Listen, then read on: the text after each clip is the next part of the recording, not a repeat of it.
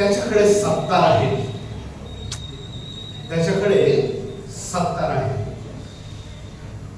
70 राहण्यासाठी तो इथं पाहिजे. पहिल्यांदा ज्या वेळेला येशू आला त्यावेळेला त्याने अधिकार सत्ता वापरलेली नाही, राज्य केलेलं नाही. आणि म्हणून भविष्यवाद्यांचे पुस्तक समजून घेत असताना लक्षात घ्या, भविष्य, नजीकचं भविष्य आणि दूरचं भविष्य असं त्यांनी सांगितलं असतं. ते आम्हाला समजून घेण्याची गरज आहे. Near future, immediate future and distance future.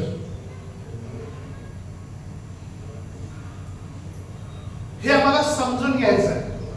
देवाच्या आत्म्याने जसजशी त्यांना स्फूर्ती दिली तसतसं त्यांनी लिहून काढलं. उदाहरणार्थ यशायाचं पुस्तक 26 अध्याय 20-21 मध्ये यशाया म्हणतो, चला माझ्या लोकांनो, आपापल्या खोल्यात जा, दारे लावून घ्या, क्रोधाचा झपाटा जाईपर्यंत थोडा वेळ लपून बसा, लपून राहा. आपण बंद करतानाच वचन सांगितलं होतं की प्रभू येशू ख्रिस्त म्हणतो, पहा मी तुमच्यासाठी जागा तयार करायला जातो. जागा तयार झाली म्हणजे मी येईल, तुम्हाला घेऊन जाईल यासाठी की जिथं मी आहे तिथं तुम्ही असावं. किती दिवस? तर यशाया 26:20-21 मध्ये तो म्हणतो की चला माझ्या लोकांनो, आपापल्या खोल्यात जा. येशू ख्रिस्त काय म्हटला? मी तुमच्यासाठी जागा तयार करायला जातो, खोलं तयार करायला जातो. क्रोधाचा झपाटा निघून जाईपर्यंत तिथं राहा. क्रोधाचा झपाटा इथं झपाटा आहे बरं का. संकट आणि महासंकट का? तर यशायाचं पुस्तक 26:21 मध्ये सांगितलंय, परमेश्वर पृथ्वीवरील रहिवाशांना त्यांच्या पापास्तव शासन करण्यास आपल्या स्थानावर निघाला आहे. शोषलेले रक्त पृथ्वी प्रकट करील, वरलेल्यांना ती यापुढे जागून ठेवणार नाही. म्हणजे इथं काहीतरी घडणार आहे. ते घडत असताना तुम्ही तारले जावं, तुम्ही वाचावं, तुम्ही सुरक्षित राहावं, ही परमेश्वर देवाची इच्छा आहे. पहिलं थेसलोनिका 4 अध्याय वचन 16, 17, 18, 19 मध्ये म्हटलेलं आहे, कारण आज्ञाध्वनी, आज्ञानिक दूताची वाणी, देवाच्या तुतारीचा नाद होत असता प्रभू स्वतः मध्य आकाशामध्ये उतरणार आहे स्वर्गातून, आणि ख्रिस्तामध्ये जे मेलेले आहेत ते पहिल्याने उठतील. नंतर जिवंत उरलेले आपण त्यांच्या बरोबर प्रभूला सामोरे जाण्यासाठी, प्रभूला सामोरे होण्यासाठी मेघारूढ असे अंतराळात घेतले जाऊ. पुढचा शब्द नीट ऐका, आणि सदा सर्वदा तिकडेच राहू असं नाही. सदा सर्वदा प्रभू जवळ राहू, म्हणजे जिथं प्रभू आहे तिथं. जर तो इथं आला तर त्याच्या बरोबर आपण इथं, तो तिकडे गेला त्याच्या बरोबर आपण. छोट्या छोट्या गोष्टी असतात, आमचं लक्ष लागत नाही. वचन सांगतं सदा सर्वदा प्रभू जवळ राहू, परंतु प्रभू सदा सर्वदा कुठे राहणार आहे हे आम्हाला माहित नाही. आणि मी सांगितलं, प्रकटीकरण 19:15 मध्ये देवाचं वचन म्हणतं, त्याने राष्ट्रांना मारावे म्हणून त्याच्या तोंडातून तीक्ष्ण धारेची तलवार निघते, तो त्यांच्यावर लोखंडी दंडाने अधिकार गाजवेल. काय करणार तो? He is literally going to be here on this earth. किती जणांचा विश्वास आहे? ज्यांनी श्वापदाला व त्याच्या मूर्तीला नमन केले नव्हते आणि आपल्या कपाळावर आपल्या हातावर त्याची खूप धारण केली नव्हते, त्यांचे आत्मे पाहिले, ते जिवंत झाले आणि त्यांनी ख्रिस्ताबरोबर 1000 वर्ष राज्य केले. मगाशी मी सांगितलं आमच्यासाठी बाळ जन्मला आहे, त्याच्या खांद्यावर 70 आहे, त्याला अद्भुत फॉर्म आहे बरं का. मंत्री, अद्भुत मंत्री नाही. काय झालंय पुढचं? सनातन देव, समर्थ देव, सनातन पिता. त्याच्यामुळे आम्हाला वाटतं हे पण जॉईंट आहे. नाही, काही जुन्या बायबलमध्ये तिथं कॉमा दिलेला नाही, चूक केलेली आहे. अद्भुत मंत्री. मंत्री कुठं? वरती लागतो काय?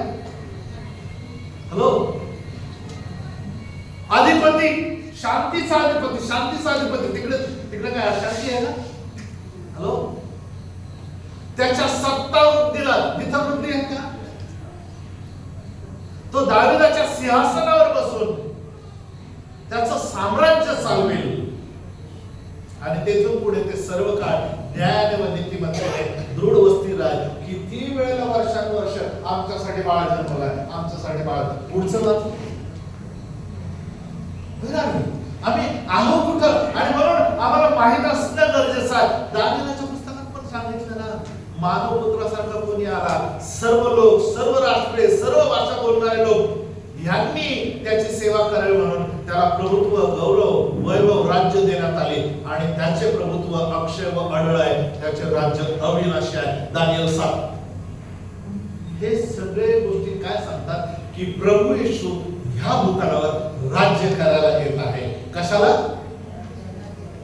पण त्या राज्य करण्याआधी इथं संकट काळ आहे आणि त्या संकट काळामध्ये तुम्ही आणि मी राहू नये म्हणून तो आम्हाला घेऊन जाणार आहे. का? कारण पृथ्वीवर संकट काळ असणार आहे. कोणी त्याला संकट म्हणतं, कोणी महासंकट म्हणतं, कोणी पुढच्या 3.5 वर्षाला महासंकट म्हणतं. पण त्याच्यामधून तुम्ही सुरक्षित राहावं अशी देवाची इच्छा आहे. आता तुम्ही बघा, देव सर्वस्वी नाश करणार नाही. त्याने सांगितलं नोहाच्या वेळेला पण जे नीतिमान नोहा आणि त्याचे कुटुंब त्यांना जागतिक आपत्तीपासून वाचवा म्हणून त्यांना सांभाळलं, सर्व जगाचा नाश केला. तसा आता पुन्हा आता जो नाश आहे डेंजर आहे, त्याच्यापासून तुम्हाला वाचवण्यासाठी तो तुम्हाला घेऊन जाणार आहे. आणि म्हणून यशाच्या द्वारे त्यांनी सांगितलं, या माझ्या लोकांना थोडा वेळ लावून बसा. स्वर्गातील सर्व ख्रिस्ती लोक पुन्हा पृथ्वीवर येणार. जे प्रभूमध्ये झोपी गेलेले ते ख्रिस्ताबरोबर पृथ्वीवर आणले जातील आणि केवळ ख्रिस्ती लोकच असे आहेत की जे पृथ्वीवर दोनदा राहणार आहेत. हालेलुया. फक्त विश्वासणारे ख्रिस्ती लोकच असेल की जे पृथ्वीवर माझ्या बाजूमध्ये आहेत. कधी विचार केला का आम्ही पृथ्वीवर पुन्हा येणार? खरं पाहिलं ना, आमचं तारण स्वर्गात नाही ना, पृथ्वीवर होणार. शरीराचं विमोचन मुक्ती इथं आहे. आम्हाला पूर्णपणे नवीन शरीर मिळणार आहे. येशू कसा येणार? येशू कसा असणार? अलीकडेच येशू ख्रिस्ताचा 2000वा वाढदिवस साजरा केला. काय जर म्हणतील नाही, तुमचं चुकतंय. 2026वा वाढदिवस आम्ही साजरा केला.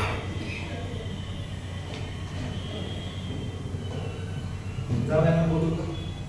या सर.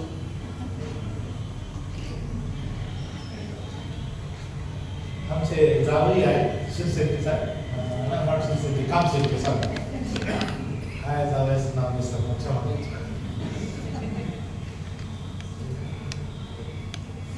वय विचारून घेतलं. 40 आकडा चांगला आहे.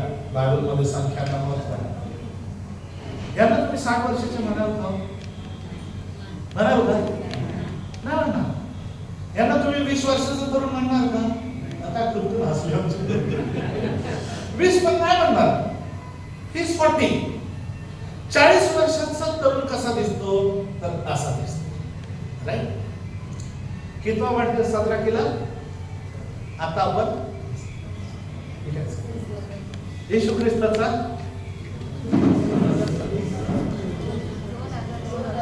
40 वर्षाचा मनुष्य असा दिसतो. 80 वर्षाची व्यक्ती अशी दिसते. आमच्या पालकांकडे पहा, जरा बरं वाटतं ना 2-4 कमी सांगितलं तर. 100 वर्षाची व्यक्ती कशी दिसते आम्हाला माहिती, राईट? कदाचित 200 वर्षाची व्यक्ती कशी दिसते आम्हाला माहिती नाही. 2026 वर्षाची व्यक्ती कशी असेल?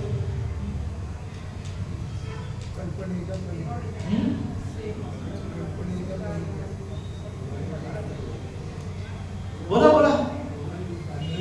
येशू कसा असणार? 2000 वर्षाचा येशू कसा दिसत असणार?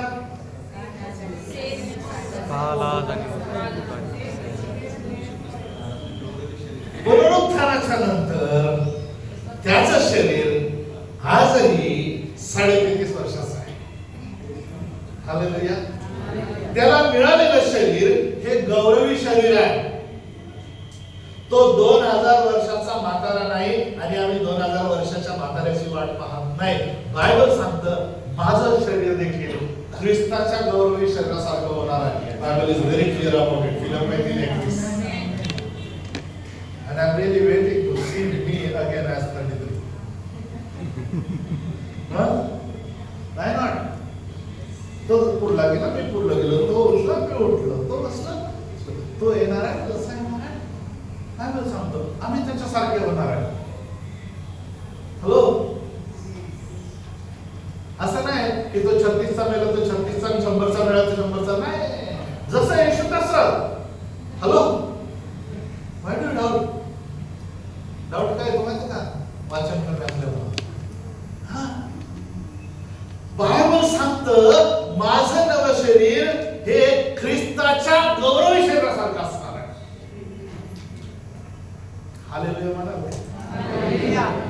येशू येणार, तुम्ही स्वर्गात जाणार, तेव्हा पुन्हा तुम्ही पृथ्वीवर येणार, त्यावेळेला तुम्हाला नवीन शरीर मिळणार आहे. कारण ह्या शरीराची गरज पृथ्वीवर शरीराची गरज आहे. काय शरीर मिळणार पृथ्वीवर? हॅलो, पृथ्वीवर शरीराची गरज आहे. तुम्हाला नवीन शरीर ज्या वेळेला ते मिळेल इथलं, त्यावेळेला 100% मुक्ती झालेली तुमची. येशू लवकर येत आहे. तो स्वतः बरोबर ख्रिस्ती लोकांना आणणार आहे. पण तो ते घडण्याआधी हे जग जे आहे एका अपवित्र त्रैक्याच्या हाती जाणार आहे. Unholy Trinity you can say. या युगाच्या शेवटी ते अपवित्र त्रैक्य जगाच्या सगळ्या गोष्टीवर आपलं स्वतःचं नियंत्रण ठेवणार आहे. अपवित्र त्रैक्य म्हणजे देवपित्याच्या जागी सैतान, मीच देव, देवपुत्र प्रभू येशू ख्रिस्ताच्या जागी ख्रिस्त विरोधी अँटाय क्राइस्ट. आता अँटाय म्हणजे आपण अँटी म्हणतो ना, अँटी अँटाय आपण एकदम ऑपोजिट म्हणतो. तर ऑपोजिट नाही, ओरिजिनल जो शब्द आहे ना अँटाय चा अर्थ आहे त्याच्या ऐवजी मीच आहे असं दाखवणं. समजते का? आणि तिसरं पवित्र आत्म्याच्या जागी खोटा संदेश टाक. हे आहे अपवित्र त्रैक्य. परंतु जेव्हा येशू येईल तेव्हा ख्रिस्त विरोधी आणि खोटा संदेश टाक म्हणणार आहे. पहिली स्टेप ख्रिस्त विरोधी आणि खोटा संदेश टाक. लगेच डायरेक्ट सैतानाचं काय होणार? तर एक देवदूत त्याला पकडून साखळदंडाने बांधून त्या खड्ड्यात टाकणार, वरून झाकण लावणार किंवा दार बंद करणार, कुलूप लावून शिकावा. तेव्हा ह्या जगातून सैतान हद्दपार केला जाणार आहे. लक्षात घ्या, येशू येणार. या जगाचा कारभारी, या जगाचा कारभार चालवण्यासाठी पोकळे निर्माण होणार, लोकांची गरज पडणार. त्यावेळेला हे जग कोण चालवणार ना? हे जग कोण चालवणार? तुम्ही आणि मी. उत्तर आहे तुम्ही आणि मी. कारण नवीन करारात सांगितलं ज्यांना ख्रिस्ताच्या रक्ताने मुक्ती मिळालेली आहे ते त्याच्या बरोबर पृथ्वीवर राज्य करतील. If you believe, you believe. If you don't take anything. न विश्वास धरता काय मिळणार आहे का? बुजुर्गो, विश्वास ठेवा ना. कसं वाटतं तुम्हाला? आपण येशू बरोबर पृथ्वीवर राज्य करणार म्हणजे या जगाचा कारभार लिटरली आपण चालवणार. Those who believe, they can say amen. त्यांना भाग मिळणार, दुसऱ्यांना नाही मिळणार. हा विश्वास नाही कशाला आपला? इथं मंडळी चालवते. ऐका भावांनो, बहिणींनो, म्हणूनच दुरुस्तीची संधी आहे. सराव करा, दुरुस्ती करा. बघा तुमचं आहे ते तुम्हाला चालवायचं आहे. आणि लोकांच्या सुवर्तमान प्रभू येशू ख्रिस्ताने आधीच सांगून ठेवलं, जे तुमचं आहे, जे दुसऱ्यांचं आहे, त्याच्यावर तुम्ही जर विश्वास पण दाखवलं नाही तर तुमचं स्वतःचं आहे ते तुम्हाला कोण सोपवून देईल? कधी विचार केला का असं लिहिलं असेल? जे दुसऱ्यांचे त्याविषयी तुम्ही विश्वास झाला नाही तर जे आपले आहेत ते तुम्हाला महत्व देईल. त्याने म्हटले पाहिजे शाबास झाले आणि विश्वासू पुत्रा.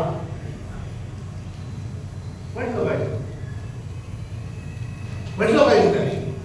बघा, आपण येशू बरोबर राज्य करणार आहोत हे खरं आहे. आपल्याला कोणतं काम देण्यात येणार हे आज आम्ही आपल्याला दिलेलं काम कशा प्रकारे करत आहोत यावर अवलंबून आहे.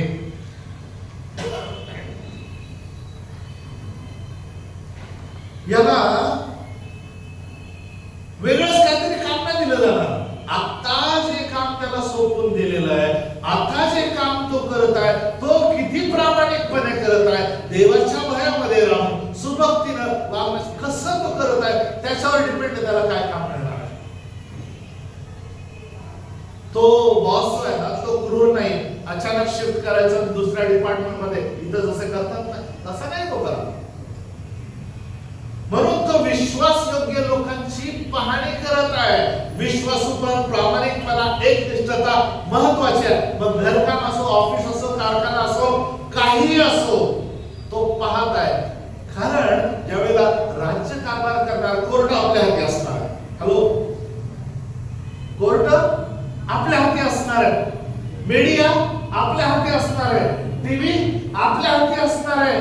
मग कामे आता सराव करून घेते पोरांना. आज हे मुलं जे करतात ना, तुम्ही बघताना ते डिस्टर्ब नाही आहे. आज जगभरामध्ये हे सध्या पाहिलं जात आहे, लाईव्ह आहे.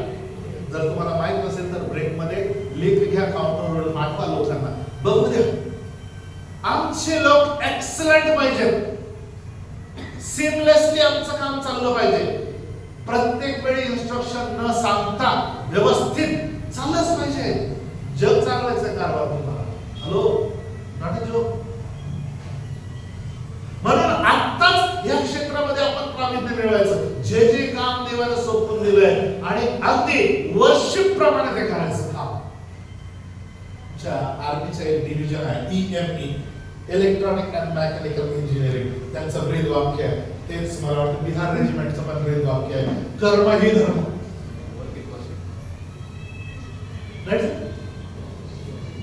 असं करा, असं की त्याच्यापेक्षा बेस्ट तुम्हाला करताच येणार नाही. अहो, तो सभोपदेशक जो आहे ना, उपदेश करणारा उपदेशक, तो म्हणतो की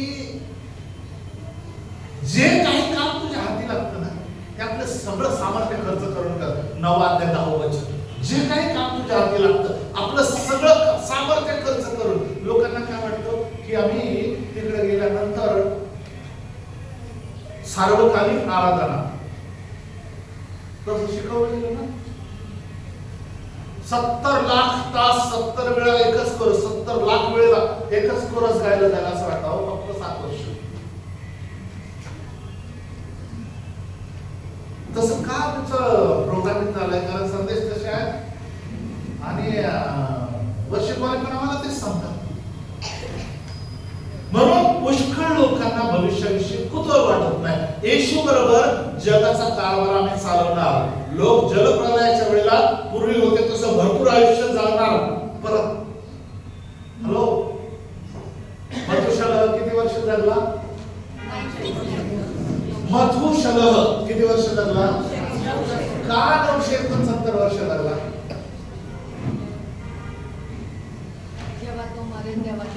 गॉड ब्लेस यू. का तो 9 वर्ष जगला? इतके वर्ष जगला, सगळ्यात जास्त. त्यांच्या पिढीतल्या पुढच्या लोकांच्या पेक्षा तो जास्त. का बरं? कारण त्यानंतर जे काय होणार होतं ना, ते प्रभू टाळत होता, कृपा वाढवत होता. काय होणार होतं? जलप्रलय होणार होता. मथुशलह या शब्दाचा अर्थ आहे जेव्हा तो मरेल तेव्हा हे घडेल. When it dies it will happen. When it dies it will happen. Come here. Now. म्हणजे तो जिथं जिथं जातोय तो साक्ष देतोय देवाची की मी मेल्यानंतर हे घडणार आहे, कारण माझं नाव असते. हो, काय साक्ष आहे? आता ज्या वेळेला पुन्हा तशी परिस्थिती घेणार आहे. 100 वर्षाचा माणूस जर कुणी मेला तर लोकांना वाटेल तरुणपणीच मेला असं दुःख होईल. खोटं वाटतं का? वाचा ना, मध्ये वाच यशया 65:20. ह्यापुढे थोडे दिवस वारसाने अर्भ तिच्या जन्मास येणार नाही, जो पुढे आयुष्याचा होणार नाही असा म्हातारा तिच्यात असणार नाही.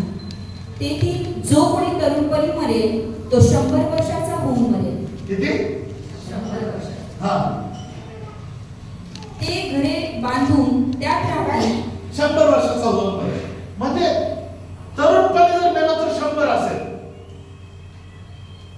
That means आयुष्य परत तुमचे वाटणार. बायबल सांगतं परत परत वाचायचं. आणि म्हणून मी म्हणतो मारानाथा, ये प्रभू लवकर ये, आम्हाला ते दिवस पाहायचे.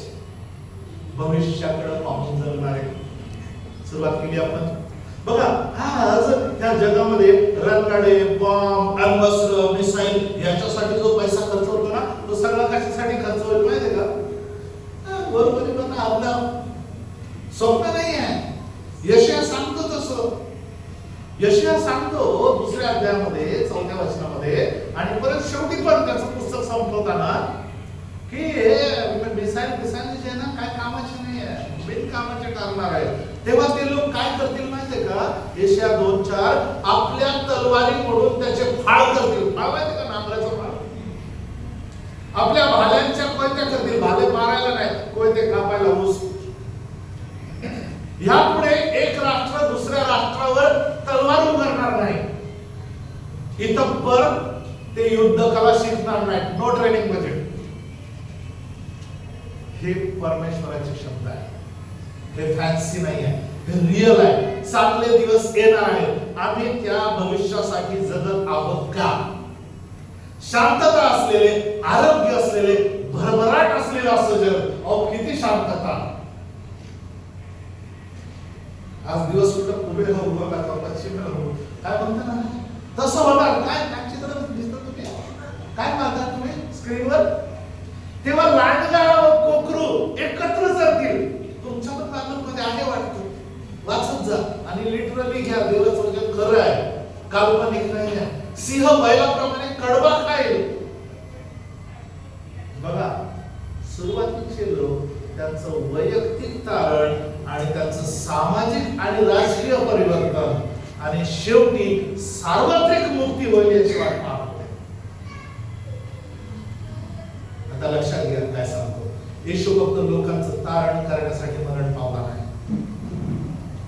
येशू फक्त लोकांचं तारण करण्यासाठी मरण पावला नाही, तर तो सर्व काही वाचवण्यासाठी मेला.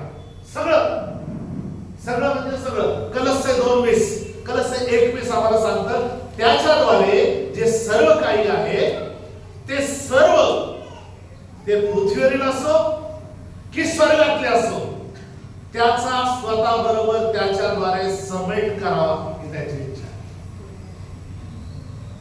तो सगळ्या गोष्टींचा, सर्व गोष्टींचा समेट करायला, त्याच्यामध्ये सूर्य, चंद्र, तारे, everything, not just you.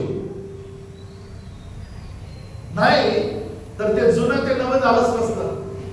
Unit आजच्या पृथ्वीचे काय झालंय, आज काय होत आहे. सकाळी सांगितलं, काल पण तुम्ही ऐकलं, भूकंप. दर 10 वर्षांनी भूकंपाची संख्या दुप्पट होते, दुप्पट. प्रदूषण, सायंटिस्ट सांगतात 2040 मध्ये ही पृथ्वी माणसाला राहण्यासाठी अशक्य असणार आहे.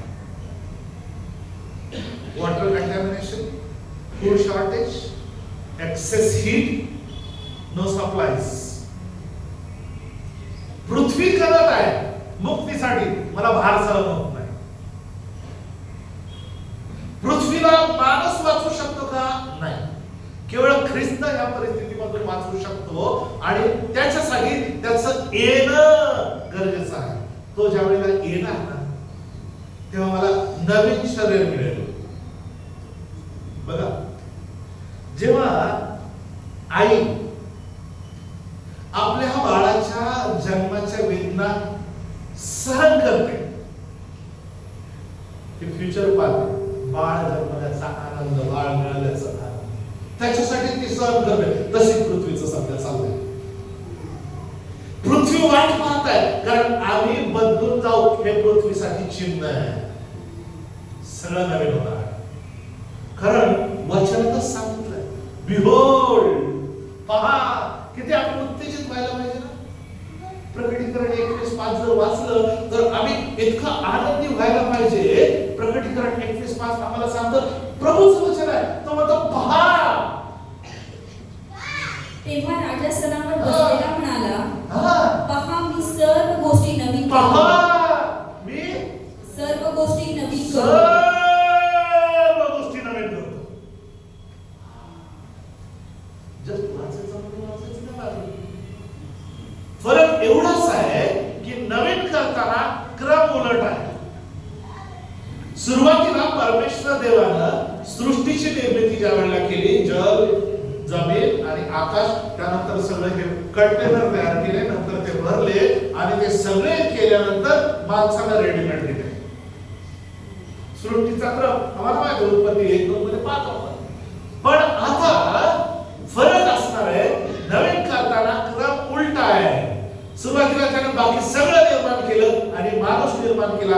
आता अगोदर माणूस नवा केला जाणार आहे आणि त्यानंतर सर्व सृष्टी नवीन केली जाणार आहे. कधी लक्ष दिलं? आम्ही सर्वजण, ऍक्च्युअली तो शब्द जास्त बरोबर आहे, रिसायकलिंग प्रोसेस आहे. रिसायकलिंग, पुनर्निर्मिती, पुनर्वापर. तारण म्हणजे लोकांना पुन्हा बनवायचं, त्याचंच म्हणजे त्यांना नरकात फेकले जाण्यास योग्य होते, त्यांना रिसायकल बनवून तिकडच्यासाठी ना इकडच्यासाठी योग्य करायचं.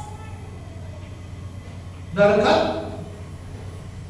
फेकले जाण्यासाठी प्रभू येशू ख्रिस्त कोणालाच नरकात पाठवत नाही. जर तुम्ही बायबल नीट वाचणार असाल, येशू कोणालाही नरकात पाठवत नाही. नरकामध्ये पाठवलं जात नाही. काढता का? नरकामध्ये फेकून दिलं जातं. हे बाबा व्यवस्थितपणे तुला तिकडे पाठवलं, no, you throw the garbage out, check it out.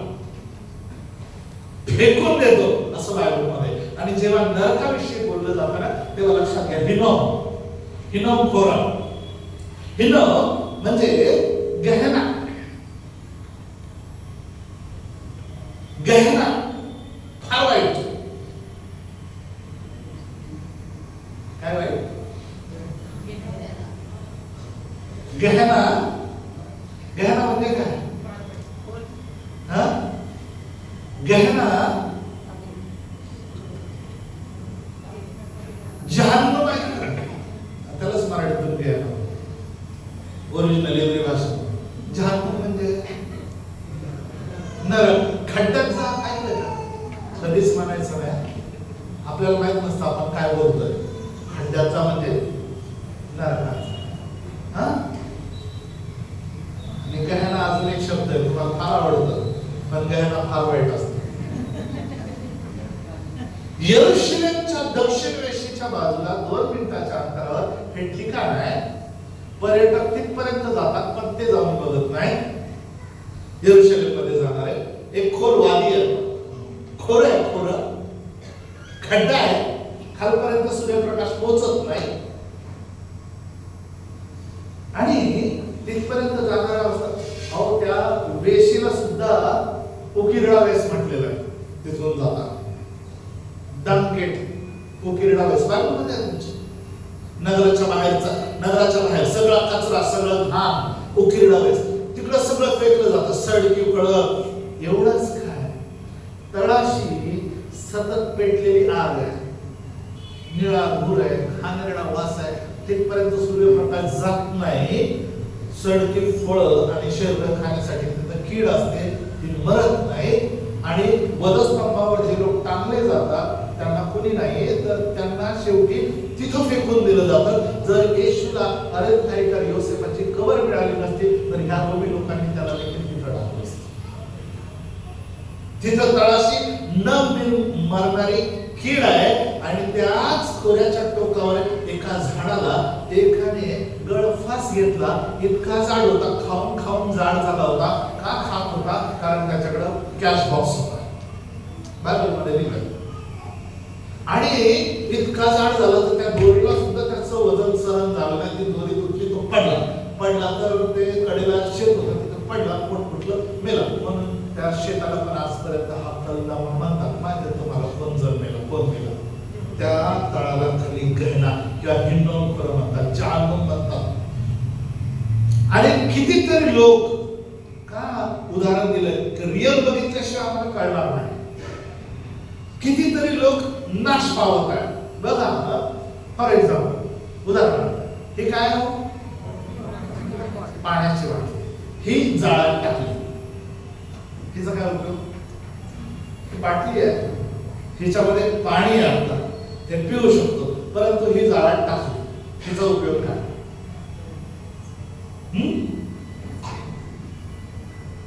पाणी आहे, तिला शेप आहे, सगळं आहे, पण तिकडे गेली, तिचा परत उपयोग होतो. तिला परत रिसायकल करता येत नाही. रिसायकल तोपर्यंत जोपर्यंत ती फायर पासून वाचलेली आहे. म्हणून शास्त्र सांगतं की लोकांचा नाश होत आहे म्हणजे ते नष्ट होत आहे. एवढंच नाही तर ते परत परमेश्वराच्या उपयोगाचे नाही. लोक नाश म्हणजे परत त्यानंतर परमेश्वराच्या उपयोगाचे नाही. आणि जे उपयोगाचे नाही त्यांना 100% एक दिवस गेहनामध्ये टाकलं जाईल. म्हणून आपण विचार करायचा की मी परमेश्वराच्या काय उपयोगाचं आहे? आज माझं वय टिंबटिंब झालेलं आहे. देवाने मला आतापर्यंत सुरक्षित राखलेलं आहे. रोजचं रेशन देतो. एक तांदूळ घ्या, एक कण इकडं काही इंडस्ट्रियलिस्ट आहे, कोणी मॅन्युफॅक्चर करून देतं ना ओरिजिनल तांदूळ. एक कण एवढंच. तुम्ही जहाज बनवाल, बोईंग, एक एवढा तांदूळ नाही बनवत. कारण ते कोणाकडे तरी काम आहे, तो तुमच्यावर प्रीती करतो, तुम्हाला त्याची काळजी आहे. त्याला माहिती आहे कुठेतरी पिंपरी इथं तिथं माझा हा मुलगा ही मुलगी राहते, त्याला खायला पाहिजे. म्हणून कुठल्या तरी राज्यात, कुठल्या तरी ठिकाणी, कुठल्या तरी देशात कोणतरी शेतकरी आपलं तांदूळ लावता रात्री झोपत नाही, मेहनत करतो, झोपत नाही, पुन्हा तानात सगळं काय काय करतो ते सगळं बनवतो, मार्केटमध्ये ते जातं. देवाला माहिती आहे ना, खडकीमध्ये इथं माझी टिकून राहत आहे, तिला पोहोचलं पाहिजे म्हणून ते तिथपर्यंत जवळच्या मार्केटमध्ये येतं. काही वेळेला फुकट आम्हाला मिळतं 5 किलो तांदूळ. असे खुश होत आहे पण विचारच करत नाही आलं कुठून. Why you got it? का मिळालंय? मग माझ्या मारायची घ्यायचं, विकायचं, दुकानातून पैसे. विचार करा, मी परमेश्वराच्या काय उपयोगाचा आहे? येशू येत आहे आणि तो सगळं काय नवीन करणार आहे. What about me? माझं काय नवीन करणार आहे? जुनं भ्रष्ट झालेलं आहे. नवीन मनुष्य, नवीन आकाश, नवीन पृथ्वी. आमचा फोकस नवीन गोष्टीकडे पाहिजे. नवीन आकाश, नवीन पृथ्वी. बायबलच्या शेवटच्या पानामध्ये पहा, आम्ही सांगतो तुम्हाला, बायबलच्या शेवटच्या पानामध्ये पहा, आम्ही देवाबरोबर राहण्यासाठी स्वर्गात जात नाही, तर देव आमच्या बरोबर राहण्यासाठी पृथ्वीवर येतात असं लिहिलं. हॅलो, जर शेवटचे पान पाहाल तर आम्ही देवाबरोबर राहण्यासाठी जाणार आहे असं नाहीये, तर ही इज कमिंग बॅक. आणि इथं आमच्या बरोबर राहण्यासाठी आणि म्हणून आम्ही म्हणतो मारानाथा, ये प्रभू येशू. बघा, मी सुरुवातीला सांगितलं, परत सांगतो, मी काय सांगतो ते बायबलमध्ये तपासून पहा. आणि जर तसं असेल तर मी नाही, बनसोडे नाही, तर बायबल असं म्हणतं असं सगळ्यांना सांगा. नवी पृथ्वी, नवी बाग, नवीन झाडं, भ्रष्ट नाही. ते सगळं आरोग्यदायी. काही जणांनी आताच प्रॅक्टिस सुरू केलेली आहे झाडपाला खायची. ते झाड असणार आरोग्यदायी, काहीच शापित नाही.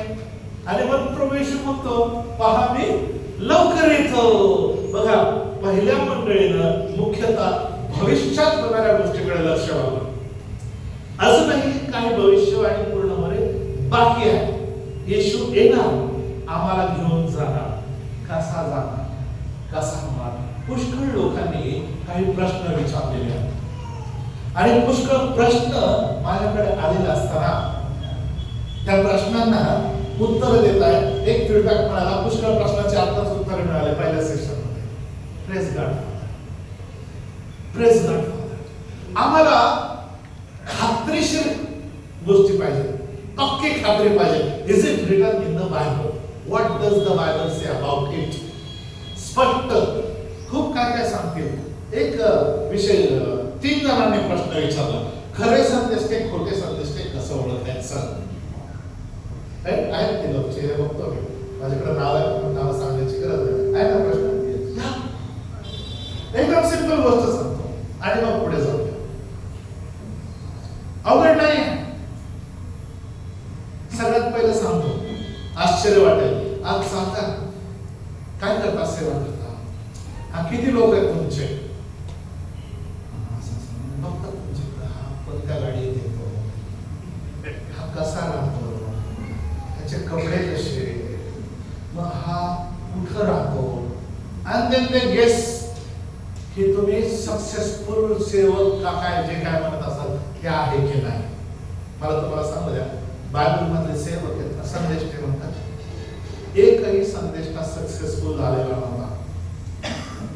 यशयापासून तर बाप्तिस्मा करणाऱ्या योहानापर्यंत एकही सक्सेसफुल झालेला नव्हता. त्याच्यामुळे सक्सेसफुल मिनिस्ट्री ही टर्म इथून काढून टाका.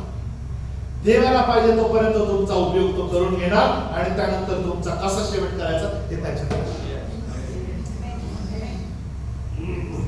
यशयापासून 2 भागात कापून लाकडाच्या खोडामध्ये आत करून उलट अर्ध चिरलं मधून.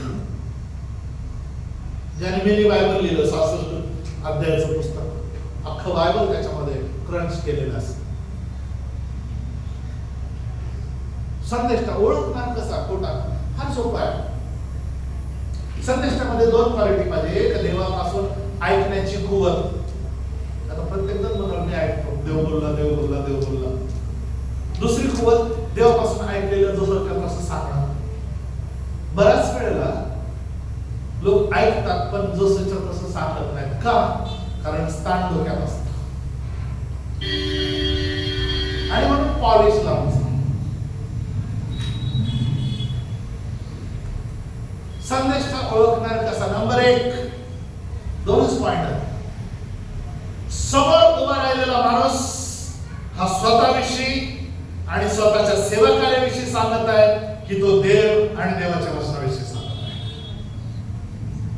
इमिडिएटली यू कॅन जज हा खरा आहे की खोटा आहे, देवापासून आहे की आत्मा कसा आहे, स्पिरिट कसा आहे. समोर उभा राहिलेला माणूस हा स्वतःविषयी आणि स्वतःच्या सेवा कार्याविषयी सांगत आहे की देवाविषयी आणि देवाच्या वचनाविषयी सांगत आहे. नंबर 2, तो माणूस तुम्हाला बोलत असताना त्याचा उद्देश पैसा आणि प्रसिद्धी आहे की देवाचं गौरव आणि लोकांचं नाव. इझी वचनातून समजून घ्या. तो माणूस आम्हाला दर महिन्याला 3000 रुपये देणाऱ्या 100 लोकांची गरज आहे असं सांगत आहे की is concentrating on word of God. Actually very easy. Problem काय आहे की पैसा कुठून मिळावा? पैसा लागतो. थोडक्यामध्ये सांगतो, येशू ख्रिस्त आणि त्याच्या शिष्यांना पैशाची गरज होती, प्रत्येकाचे कुटुंब होते, पण माझ्या बायबलमध्ये कुठेही लिहिलेले मला सापडत नाही की येशूने आणि त्याच्या शिष्याने लोकांकडे पैसे मागितले. तुम्ही म्हणाल कसं काय? क्लिअर सांगतो, कोणी इंटरनॅशनल प्रीचर असू दे, भारतीय भारताच्या बाहेरचा. जर कोणी म्हणत असेल तुम्ही आमच्या सेवा कार्याद्वारे आशीर्वादित झाला, आमच्या सेवा कार्यामध्ये पेरणी करा, that is not biblical. Hello, मी तुम्हाला सांगितलं कठीण बोलणार आहे. तसं असतं तर येशूने आणि त्याच्या शिष्याने कोणाकोणाकडे मागितलं रेकॉर्ड असतं. म्हणजे काय थोडक्यात सांगू का समजण्यासाठी? समजा तुमचं नाव काय? रमेश दादा आहे. रमेश भाऊला नाताळ निमित्त घराचं पेंटिंग करायचंय. रमेशच्या वडिलांनी सांगितलं आपल्या घराला पेंटिंग करायचंय.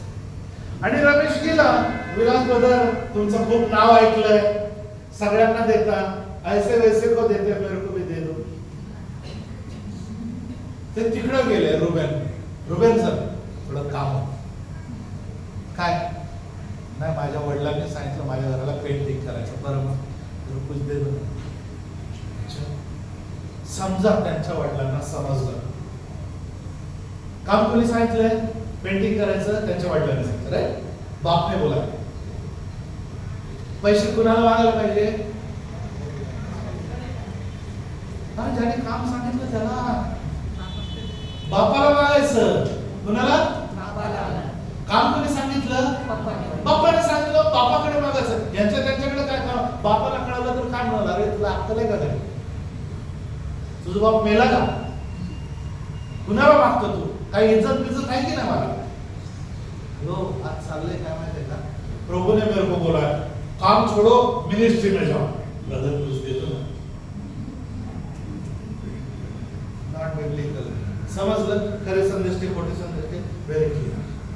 कमिंग टू नेक्स्ट, येशू लवकर येत आहे. कसं समजलं? मला एक सांगावं. मगाशी यांनी सांगितलं की या ठिकाणचा 6वा सेमिनार आहे. ओके, गेल्या वेळेला 15 ऑगस्टला जो सेमिनार झाला तो 61वा होता, आजचा 65वा आहे.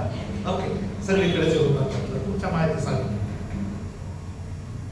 यहुदी विवाह पद्धती आणि प्रभू येशू ख्रिस्ताचं द्वितीय आगमन किती जणांनी ऐकलं? बाकीच्यांनी नाही. क्विक. कॅनडा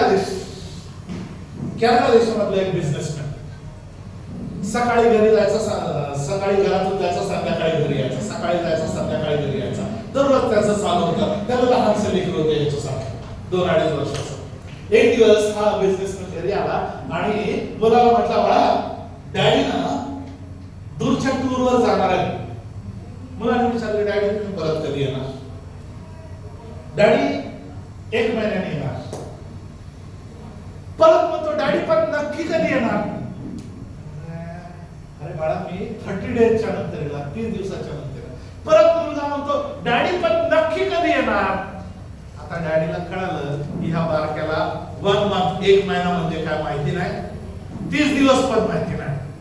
तेवढ्यात त्यांचं लक्ष गेलं खिडकीच्या बाहेर मेपलची झाडं असतात त्या कॅनडा देशामध्ये. त्यांना ते झाड दिसलं. ह्या पोराला उचललं, तुला काय दिसतं? ते म्हणे मेपलचं झाड. बघ त्याची झाडं पानं हिरवी आहेत ना, आता काही दिवसांनी ते येलो होतील. काय होतील? हा, पिवळे होतील. हिरवे पिवळे होतील, नंतर ते लाल होतील आणि ते पानं पडायला लागतील.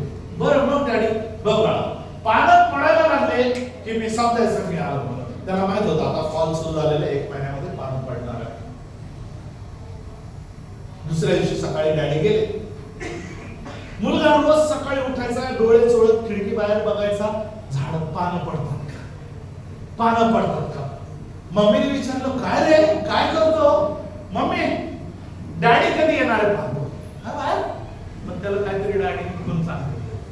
एक दिवस असं सकाळी उठून बाहेर बघत असताना त्याने बघितलं पान मस्त पैकी असं खाली खाली खाली खाली मेपलचं पान पडत होतं.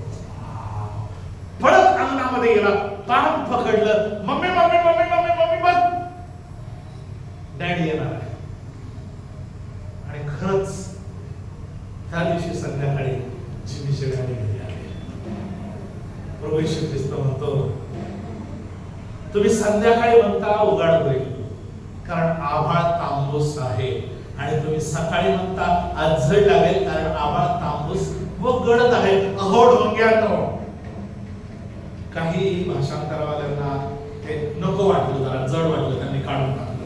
अहो डोंग्यांनो, तुम्हाला आभाळाचं स्वरूप ओळखता येतं, पण काळाची लक्षणं तुम्हाला ओळखता येत नाही. आपल्याला 10 कुमारिकांचा दृष्टांत माहित आहे. त्यातल्या 5 तयार होत्या, त्या वराच्या बरोबर गेल्या. ज्या तयार नव्हत्या त्या मागे राहिल्या. त्यांना बायबल मध्ये म्हटलंय आणि आपण देखील म्हणतो. काय म्हणतो? ज्या मागे राहिल्या काय म्हणतो त्यांना? बोला ना. बायबल मध्ये लिहिलेलं मला इतर वेळेला. आणि म्हणून त्या दाखल्याच्या शेवटी मत्ते 25:13 मध्ये प्रभू येशू ख्रिस्त म्हणतो, म्हणून तुम्ही जागृत राहा, कारण कोणत्या दिवशी किंवा कोणत्या घटनेस मनुष्याचा पुत्र येईल हे तुम्हाला ठाऊक नाही. प्रश्न आहे देवाच्या लोकांना, लेकरांना, तुम्ही जागे आहात का? आम्ही जागे आहोत का? आम्ही तयार आहोत का? प्रभूच्या येण्यासाठी आमची तयारी झालेली आहे का? आम्ही कोणत्या 5 कुमारी सारखा आहोत? हा प्रश्न आहे, कारण येशू लवकर येत आहे. प्रकटीकरण 22:7 मध्ये तो म्हणतो, पहा मी त्वरेने येतो. त्वरेने म्हणजे काय? Lo I come quickly. प्रभूच्या येण्यासंबंधीच्या सगळ्या भविष्यवाणी पूर्ण झालेल्या, ज्या काही तुम्ही ऐकल्या, ज्या काही बायबल मध्ये लिहिले, मोठमोठे भूकंप होतील, जागोजागी मऱ्या येतील, दुष्काळ पडतील, भयंकर उत्पात होतील, आकाशामध्ये चिन्ह घडून येतील. त्या गोष्टीतल्या लहान मुलांना समजलं, आम्हाला समजू नाही का? अहो 5 रिश्टर स्केल पेक्षा जास्त म्हटलं ना तीव्र भूकंप म्हणतात. गेल्या काही वर्षात 7, 7.28 असे भूकंप झाले. मालमत्तेची मोठी हानी झाली, जागोजागी मर्या, H1N1, कोविड-19 ऐकलं होतं का एवढे वर्ष कधी? पक्षी देखील मरतायत. दुष्काळ, भारतातले आणि आफ्रिकेतले दुष्काळाचे चित्र बघितले तर मग काय विचारूच नका. भयंकर उत्पात होतील.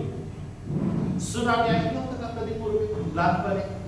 खरं सर, दोन कदम आर्मीचे बाजू बैठे ते पण कदम त्या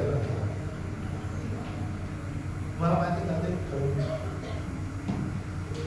भयंकर उत्पात, आकाशात मोठी चिन्ह, भयंकर म्हणजे भयंकर. म्हणजे खोटे ख्रिस्त, लढाया, दंगे, ज्वालामुखी, वादळ, चक्रीवादळ, तापमानात वाढ, पीडा, तोड. काय सांगत आहे चिन्ह? की प्रभूचं येणं फार जवळ आहे. आणि हे दाखवणारे चिन्ह आहे. पण देवाने आमच्यावर प्रीती केली.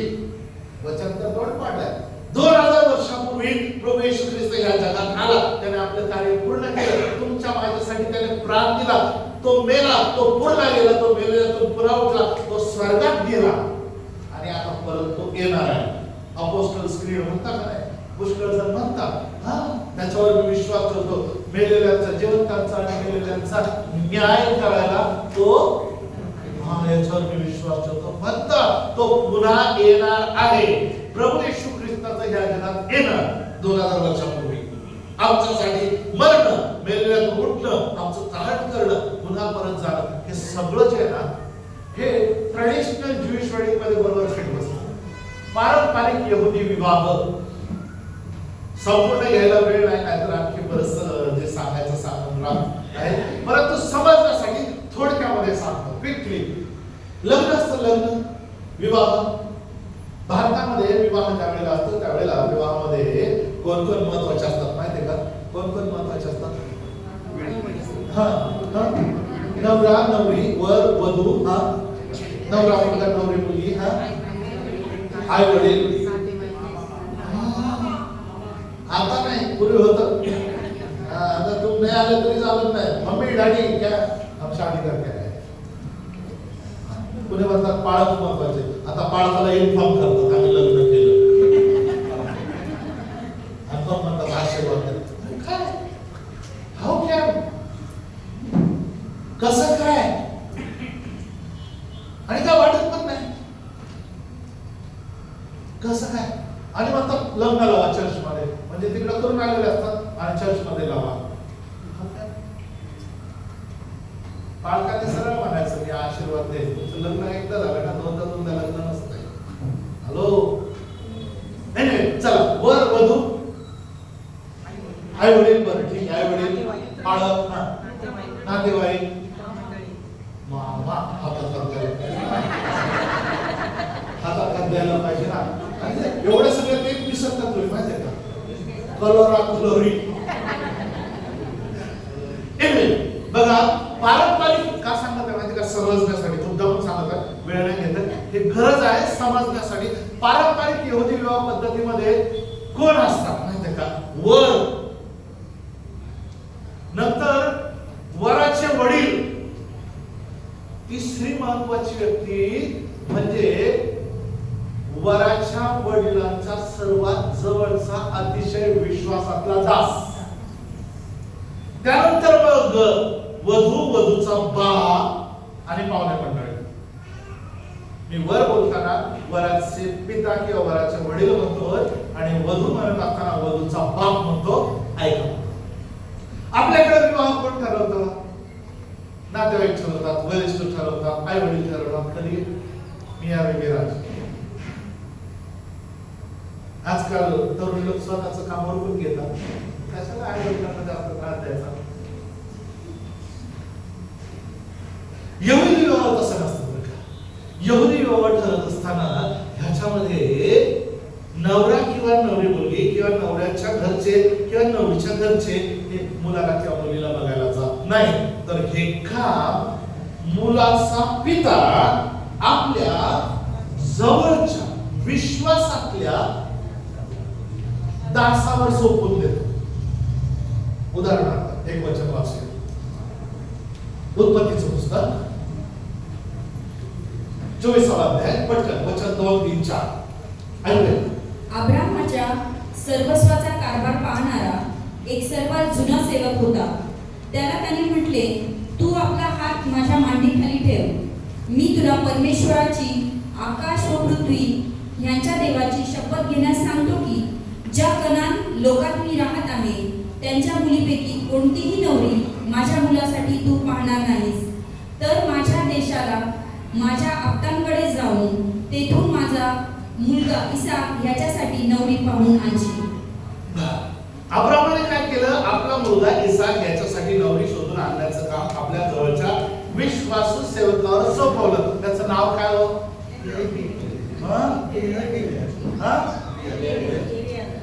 जरा कॉन्फिडंटली सांगा ना. लगेच आवाज कमी झाला. कोणी सांगितलं मी पाहिलं नाही, त्यामुळे बक्षीस मिळालं नाही. हे आहे पारंपरिक विवाह पद्धती. काय होतं की विश्वासू सेवक जातो, मुलगी शोधतो आपल्या धन्यासाठी, म्हणजे धन्याच्या मुलासाठी योग्य मुलगी कोणती हे त्याला जास्त चांगलं माहित असतं. तो मुलगी मिळाल्यानंतर सगळी चौकशी करतो. मुलगी आवडल्यानंतर त्या मुलीला बक्षिशी देऊन आपल्या धन्याकडे निघून जातो आणि मुलगी पसंत झाली. आता मुलगी मिळाल्यानंतर आपल्याकडे काय होतो? आपल्याकडे एक विषय असतो, फार महत्वाचा असतो. काय त्याने बंदी आहे, शब्द पण आम्ही म्हणत नाही पण कृती करतो. बरोबर काय म्हणतो? आम्हाला काय देऊ नका. तो मुलगा तिकडं हिंजवडीला आहे, जायला फार प्रॉब्लेम. बसनी निघून लेकराला घरी येईपर्यंत 2.5 तास लागतात कंपनीच्या पैकी.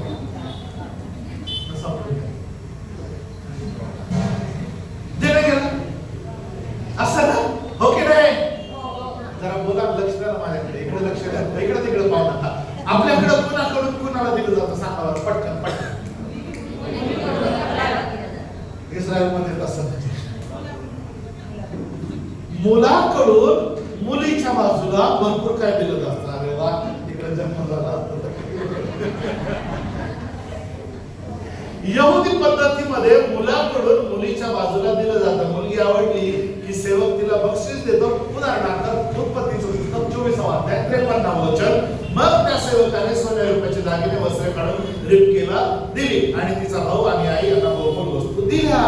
तिकडे मुलीचा बाप मुलीसाठी जी काही किंमत मागेल ती द्यावी लागते. आणि जर तुम्ही म्हटलं नाही, जरा कमी जास्त करताना तो म्हटला, तर तुम्ही येऊ शकता, गुड बाय.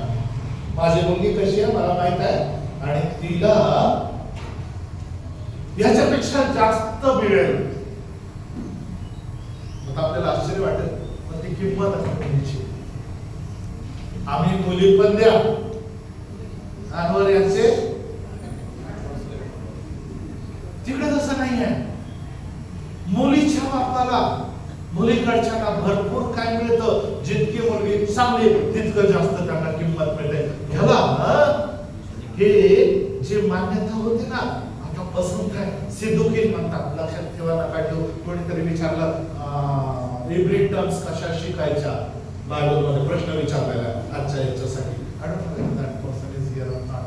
हे कसं लक्षात ठेवायच्या, त्यासाठी वाचावंच लागेल, दुसरा उपाय नाही, आपोआप कळणार नाही. चर्च मधून तुम्हाला हिब्रू किंवा ग्रीक टर्मिनॉलॉजी शिकवणार नाही, कारण उपदेशामध्ये ते शिकवण्यासाठी वेळ नसतो. त्याच्यासाठी क्लासेस असतात, बायबल स्टडीज असतात किंवा लँग्वेजचे क्लासेस असतात, ते करावे लागतील. ऑनलाईन तुम्हाला शिकता येत असेल तर शिकू शकता.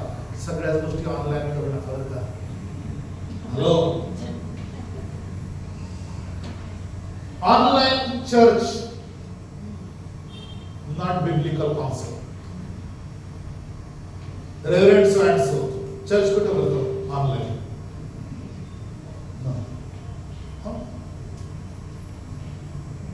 काही लोकांच्यासाठी सोयीस्कर म्हणून आम्ही रिले करतो, वेगळी गोष्ट.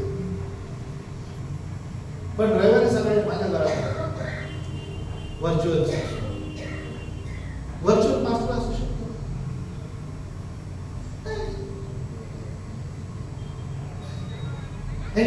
वेळ झाली, भरपूर काय सांगू शकतो त्याच्याबद्दल, समजून घ्या. हॅलो, मुलाकडच्या लोकांनी नाही म्हटलं तर ओके, गुड बाय. आम्हाला जास्त किंमत मिळेल. त्या किंमतला इब्री भाषेमध्ये मोहार शब्द आहे. मोहरा तिथूनच आलो होतो. मोहार, मुलगी जितकी चांगली तिला जास्त किंमत. पण या सगळ्या बाबतीमध्ये एक गोष्ट असते की मुलीला किंवा मुलाला काही बोलता येत नाही, त्यांना परवानगीच नसते, त्यांचा भागच नसतो, त्यांनी भागच नाही घ्यायचा.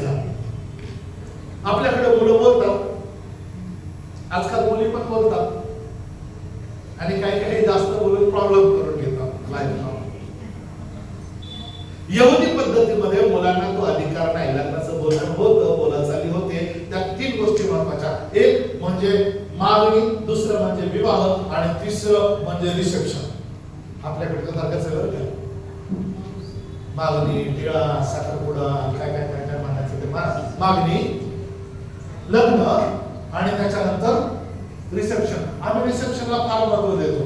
माझं म्हणणं असं आहे, माझं वय, जी व्यक्ती लग्नाला उपस्थित नाही ती व्यक्ती रिसेप्शनचं जेवण खायला एलिजिबल नसते.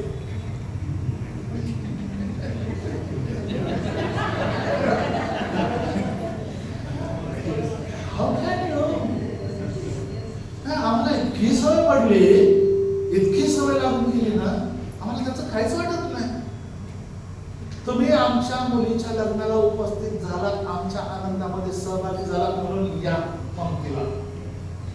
आमच्या मुलीचं लग्न, मुलाचं लग्न लावलं तेव्हा तुम्ही घरात होता, तुम्ही कशाला पंक्तीला यायला पाहिजे? हॅलो, काय आम्ही टॉकिंग टू यू, जरा जास्तच झालं ना. लग्न, विवाह, रिसेप्शन. चल, मागणी, ज्याला बेट्रोथल आपण म्हणतो, एंगेजमेंट म्हणतो, वाढनिश्चय म्हणतो, साखरपुडा म्हणतो. इब्री भाषेमध्ये त्याला इरुसिन किंवा शित्रे इरुसिन म्हणतात. जर लक्षात ठेवायचं, विसरून जा, नोट्स मध्ये असतं प्रेज लॉर्ड म्हणा. इरुसिनच्या वेळेला एक लग्नाचा दस्तऐवज लिहिला जातो, लिखापडी. आपल्याकडे असते ना लिखापडी, आणि तो करार होतो, आणि त्या कराराला म्हणतात कितुबा. कितुबा मीन्स रायटिंग. कितुबामध्ये लिखित कायद्याने बंधनकारक असतो. मुलगा आणि मुलीचा पिता मुलीच्या बापाला लिहून देतात, कारण मुलीच्या बापाला सगळं काही लिहून पाहिजे असतं. काय असतं कितुबामध्ये 3 गोष्टी असतात. पहिली गोष्ट म्हणजे अधिकार, दुसरी गोष्ट म्हणजे आश्वासन किंवा वचन, तिसरी गोष्ट म्हणजे किंमत. अधिकार, माझ्या मुलीला काय अधिकार द्या, काय अधिकार असतील तुमच्या घरी आल्यानंतर लिहून पाहिजे. नंबर 2 अभिवचन, वचन. काय वचन देता, तुमचं आश्वासन काय, केव्हा लग्न करणार, केव्हा तिला घेऊन जाणार, लिहून घ्या. आणि तिसरी गोष्ट म्हणजे किंमत, मुलीसाठी काय किंमत मोजायला तयार आहात, मोहा. अधिकार, अभिवचन, किंमत लेखी पाहिजे, याला म्हणतात कितुबा. इब्री लोकांचं धर्मशास्त्र तनक माहिती, तनक शब्द तुम्हाला माहित असेल. ओके, तर तनक मधला क मधला तिसरा कितुबा. तोरा, नबुवीम, नबुवीम म्हणजे संदेश. तोरा म्हणजे ग्रंथ पंचांग, मोशेचे 5 पुस्तकं. तोरा त, नबुवीम म्हणजे भविष्यवाद्यांची पुस्तकं. न आणि ख म्हणजे रायटिंग्स, जे सगळे स्तोत्र वगैरे हे सगळे रायटिंग्स मध्ये येतात. तनक त्यांच्या धर्मशास्त्रावर. आता ही लिखापडी झाली ना, एक महत्वाचा सोहळा असतो. त्या सोहळ्यासाठी मोजकेच लोक असतात. मोजके लोक म्हणजे मुलगा, मुलगी आणि मध्यस्थ. आता काय होतं की एक छोटासा मंडप असतो, एक छोटासा मंडप असतो आणि इब्री भाषेमध्ये त्याला चुप्पा म्हणतात. काय म्हणतात? चुप्पा. आता त्या चुप्पामध्ये मुलगा, चुप्पा म्हणजे छोटासा मंडप ना, स्क्रीनवर बघितलं तसं. त्या मंडपामध्ये मुलगा, मुलगी आणि मध्यस्थ धर्मगुरू म्हणा, त्या टेबलावर एक प्याला ठेवलेला असतो. प्याला एक काय ठेवलेला असतो त्याच्यामध्ये सांग. पुढे पुढे प्याला ठेवलेला असतो आणि त्या प्याल्यामध्ये द्राक्षारस असतो. काय असतो? द्राक्षारस. आता द्राक्षारस म्हटलं ना, थोडासा घोटाळा होतो आपल्या लोकांचं. इकडे लक्ष द्या, इकडे लक्ष द्या. वाईट वाईट द्राक्षारस इकडे इकडे इकडे इकडे. द्राक्षारस आणि इंग्रजीमध्ये वाईट, त्याने फार घोटाळा झालेला आहे. बाहेरच्या लोकांचं जास्त गैरसमज. हिंदीमध्ये फार सुंदर आहे. मी ज्यावेळेस हिंदी बायबल वाचतो मला फार चांगलं समजतं. हिंदी बायबल मध्ये त्या द्राक्ष रसाचे वेगवेगळे टप्पे सांगितले. ज्यावेळेला द्राक्ष पिळले जातात ना, ताजी द्राक्ष, आणि त्याचा ताजा रस जो असतो ना, उपज, तो म्हणजे आतापासून 5 दिवसापर्यंत, त्याला हिंदी भाषेमध्ये फार सुंदर शब्द आहे, दाखरस. 5 दिवसापासून 3 आठवड्यापर्यंत, 21 दिवसापर्यंत जो रस होतो ना, एजिंग होतं कसं, तर त्याला दाख मधू म्हणतात. आणि 21 दिवसापासून पुढं जितकं ओल्ड तेवढं. ह्या गोष्टी सांगायला ओल्ड म्हटलं की काही लोकांना ब्रांड पण आहे. त्याला म्हणतात शराब. 21 दिवसापेक्षा जास्त. आता बायबल मध्ये जेव्हा जेव्हा द्राक्षारस सांगितलेला आहे, तो ताजा द्राक्षारस आहे.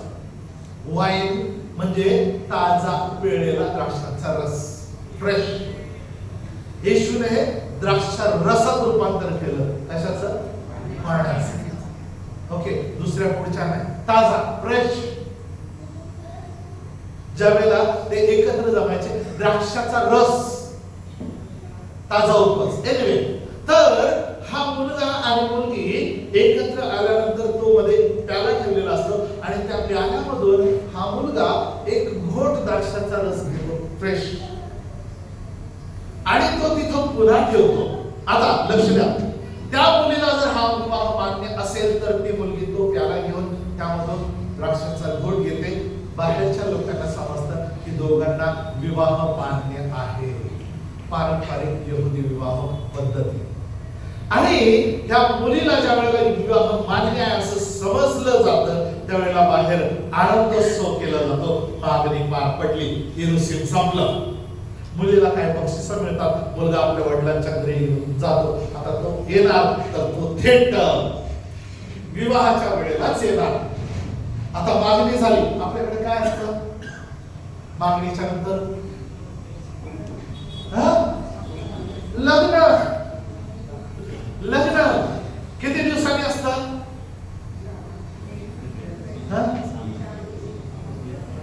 किती दिवसांनी लग्न असतं? आपलं आपलं सांगा ना, मोकळे व्हावे.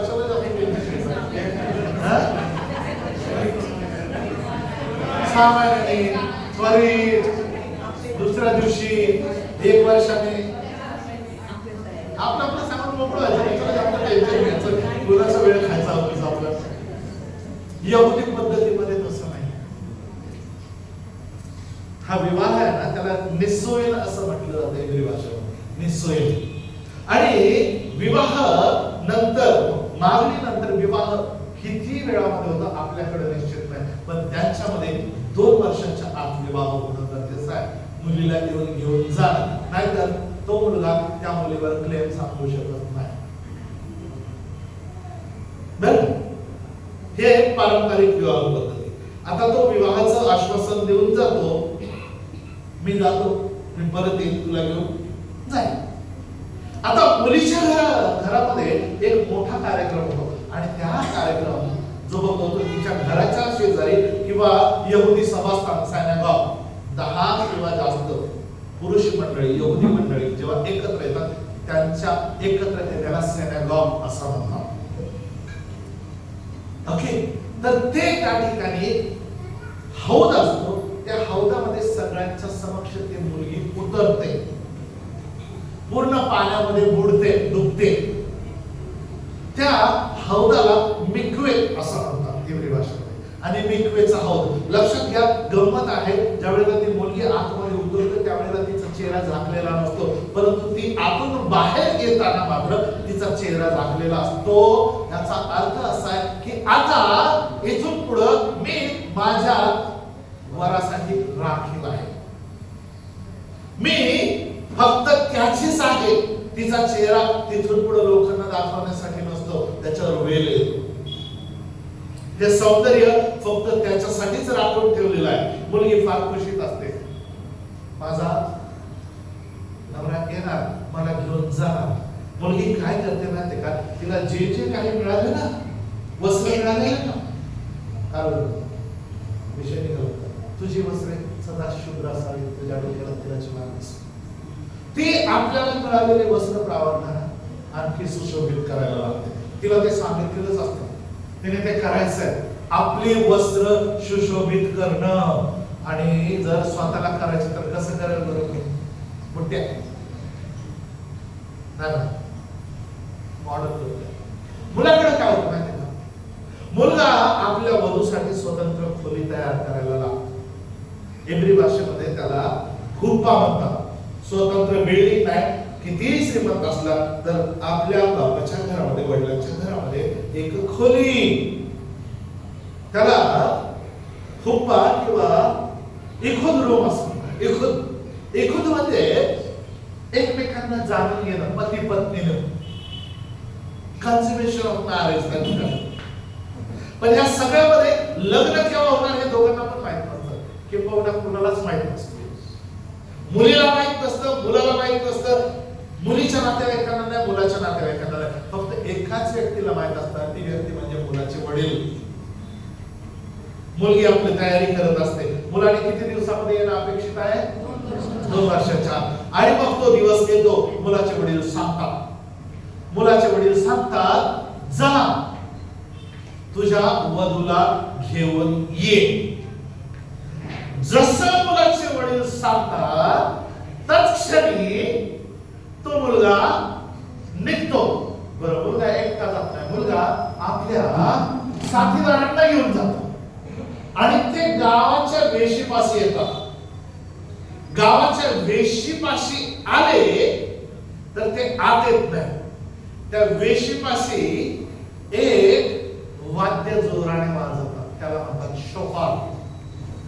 काय म्हणतात, शोफार म्हणजे शिंग, आणि तेही एडक्याचं शिंग. आणि ते आल्यानंतर तो मुलगा त्याच्या साथीदारांना घेऊन येतो आणि साथीदार शिंग मोठ्यानं वाजवतात. Is there anyone who can blow the horn? कोणी आहे का हे वाजवणार आहे का, कोणी ज्याला प्रॅक्टिस आहे? नो? Okay, let's try.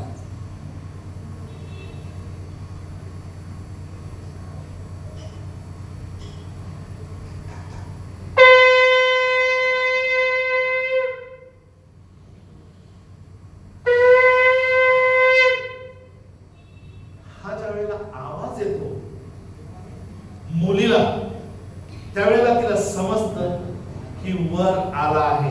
उत्पत्तीचं पुस्तक 25 पहा, वर आला आहे. गडबडून उठल्या. ही मुलगी, तिला तयारच राहावं लागतं. कधी वर येईल माहित नाही, कसा येईल माहित नाही, रात्री दिवसा कोणत्या वेळ येऊ शकतो, तिला घेऊन जाऊ शकतो. आणि जर तो आला आणि ती तयार नसली तर त्याचं दार तिच्यासाठी कायम बंद होतं. तो तिला न घेता परत जाऊ शकतो. मुलगा आला त्यावेळी जर ती पूर्ण तयार राहिली नाही तर लक्षपूर्वक ऐका, त्या मुलीची आणि तिच्या बापाची फार वाईट अवस्था होती समाजामध्ये. इतकं की त्या मुलीकडं वेश्येपेक्षा खालच्या दर्जानं पाहिलं जातं. का? नवरा आला आणि तयार. पण जर ती तयार असेल तर वर येतो, तिला घेऊन जातो. मुलगा आला, मुलीला घेतलं, गेला, लग्न झालं, मागणी झाली, विवाह झाला, सांग. आता काय राहिलं? लग्न झालं, मुलगा घेऊन गेला, मग आम्ही जातो पाठीमागून राहणार इथं काय नाही, अजून नाही उशीर झाला, लोक जात आहेत. तो काय असतं?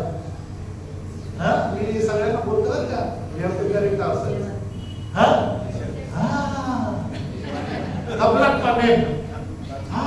लग्नाची पार्टी 5 मिनिटात मिळेल. कशाला आठवण? पण पार्टी तिकडची कशी आहे माहिती का? मुलाच्या घरी वेगळी, मुलीच्या घरी वेगळी. आता ऐका, हा आहे पारंपरिक यहुदी विवाह. मी आतापर्यंत जे सांगितलं ते काहीच काल्पनिक नाहीये. इकडे लक्ष द्या, काहीच काल्पनिक नाहीये, हे सत्य आहे. प्रभू येशू ख्रिस्ताचं या जगात येणं, आम्हाला पसंत करणं, आमचा स्वीकार करणं, त्याने आमच्या बरोबर, आम्ही त्याचा स्वीकार करणं, त्याने आमच्या बरोबर करार करणं, आम्हाला विसार देऊन पुन्हा येण्याचं आश्वासन देऊन जाणं, या सगळ्या गोष्टी पारंपरिक यहुदी विवाह पद्धतीमध्ये फुटत असतात. मी तुम्हाला शॉर्ट मध्ये सांगण्याचा प्रयत्न. हे सगळं रूपकात्मक बरोबर फिटत बसतं. आता थोडं जाण्याआधी पटकन सांगा कसं फिट बसतं. वर कोण असू शकतो? वर कोण आहे? वधू कोण आहे?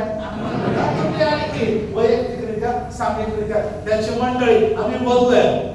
कारण 2:11 मध्ये सांगितलंय, मी तुमचं एका वराबरोबर तुमचं वाग्दान केलेलं आहे, साखरपुडा लावून दिला होतो. वराचा पिता कोण आहे? आपल्या प्रभू येशू ख्रिस्ताचा देव आणि पिता. धन्यवाद. वराचा पिता कोण आहे? देव स्वभाव, परमेश्वर देव. वधूचा बाप कोण आहे? हा मोठा प्रश्न.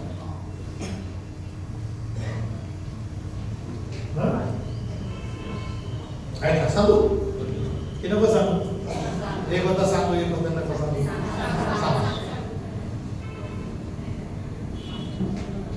योहानाचा शुभवर्तमान 8वा अध्याय वचन 43-44 मध्ये सांगितलं, जर तुम्ही येशू ख्रिस्ताचं ऐकत नाही, काय जर तुम्ही त्याचं ऐकत, फार कळकळीने सांगतो, तुम्ही माझं बोलणं का समजून घेत नाही, तुम्ही माझं काय ऐकत नाही, तुम्ही का समजून घेत नाही, तुम्ही समजून घेत नाही. जर कोणी समजून घेत नाही तर, जर कोणी ऐकत नाही तर त्याला ते लागू होते. त्याला ते म्हटलं, तुम्ही माझं बोलणं का समजून घेत नाही.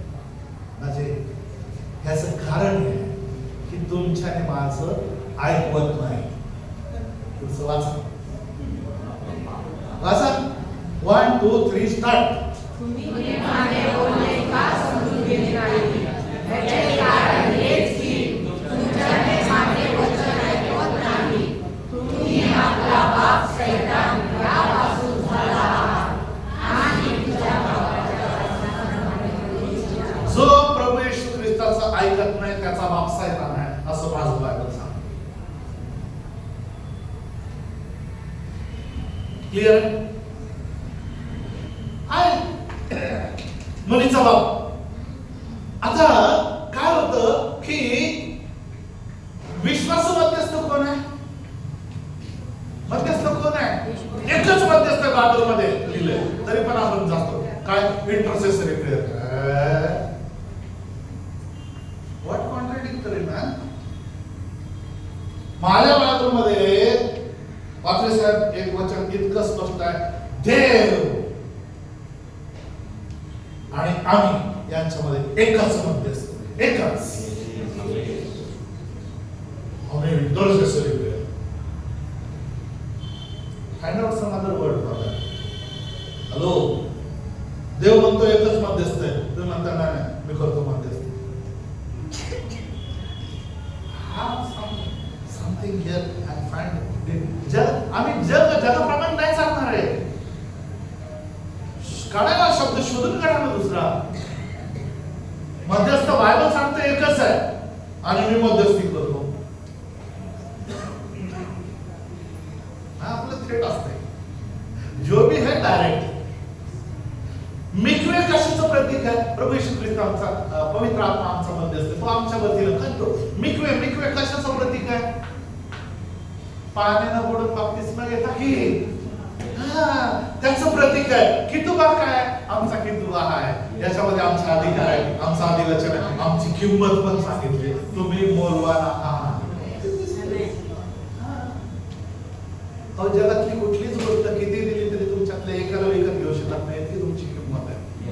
तुम्हाला देणग्या मिळाल्या, काय देणग्या मिळाल्या? ज्ञानाचे वचन, विद्याचे वचन, विश्वास, निरोगी करण्याचं कृपादान, अद्भुत कार्य करण्याची शक्ती, संदेश देण्याची शक्ती, आत्मे ओळखण्याची शक्ती, विशेष भाषा बोलण्याची शक्ती, भाषेचा अर्थ सांगण्याची शक्ती. किती देणग्या दिल्या. आता वर काय करत आहे आमच्यासाठी?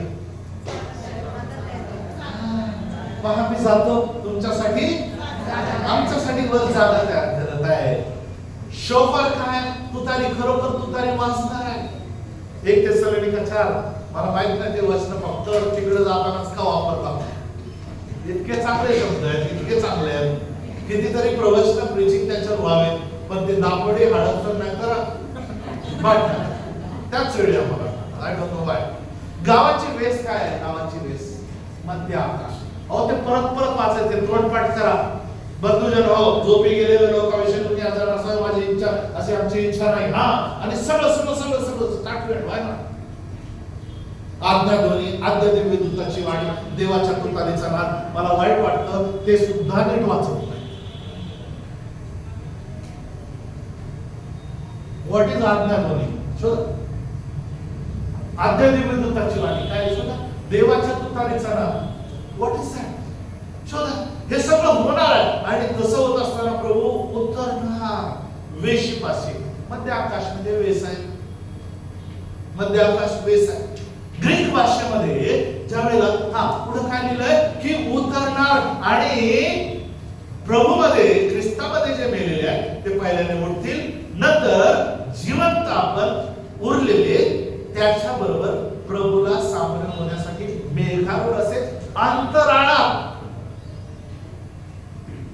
वर घेतले जाऊ आणि तसेच सदा सर्वदा प्रभू जवळ राहू. या वचनाने एकमेकांचे सांत्वन करा. ऐका, ह्याला दुसरं येणं का म्हणत नाही?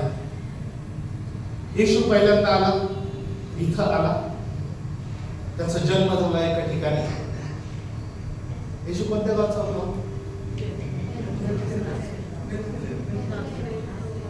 येशूचं गाव कोणतं? नासरेत भेटले. मग तो आपला गाव कफरनहूम या ठिकाणी आला असं मला वास्तविक बायबलमध्ये. येशू गाव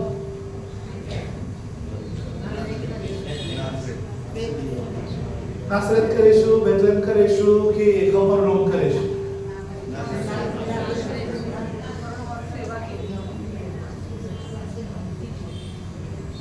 काय होतंय की आम्ही वेग आहे, सगळं वेग पक्का माहिती. नासरेत या ठिकाणी त्याची आई राहणारी होती, तिथं त्यांचं घर होते, तिथं ते राहणारे होते, म्हणून त्यांना नासोरी म्हणतात. त्याचं गाव जे आहे वडिलोपार्जित गाव ते आहे बेथलेहम. कारण योसेफ हा दाविदाच्या घराण्यात जन्मला. दावीद जो आहे, दावीद इशाक सरनेम बेथलेहमचा. येशू ख्रिस्त त्या वंशातला, तो बेथलेहमकर. ओके, त्यांनी जास्तीत जास्त राहायला आणि सेवा कुठे केली तर कफरनहूम, म्हणून त्या गावात एंट्री करतात तेव्हा तिथं बाहेर बोर्ड लावलेला आहे, टाउन ऑफ जीसस. येशूचं गाव बघितलं कर्मचारी कुठं काढलं तिथे गेट. येशूचं गाव कुठं? कफरनहूम, कारण तिथं हेडक्वार्टर होतं त्याचं. सगळं जाऊन येऊन तिथं सेवा माहिती पाहिजे. हे लिहिलंय बायबलमध्ये, पुस्तकात वाचायची गरज नाही. एनिवे काय होतं की आपण वर उचलले जाणार आहे. तो मध्य आकाशात येणार, आपण जे पेरेले पहिले, नंतर आपण मध्ये भेटणार. म्हणून तो इथं पाय ठेवणार नाही. पहिल्यांदा आला त्यावेळेला इथं आला, राहिला, पृथ्वीवर राहिला फर्स्ट. दुसऱ्यांदा येणार रॅप्चरच्या वेळेला, जेव्हा येणार त्यावेळेला मध्य आकाशात, आणि ते पण क्षणात निमिषात. करिंथीयच्या पत्रामध्ये आपण वाचतो, मापणी लावते न लावते तोच. ओके, निमिष काय मी सांगेल तुम्हाला वेळ मिळाला. पुष्कळ चक निसलरची व्याख्या वाचली तर तुम्ही एकदम चक्रवंत.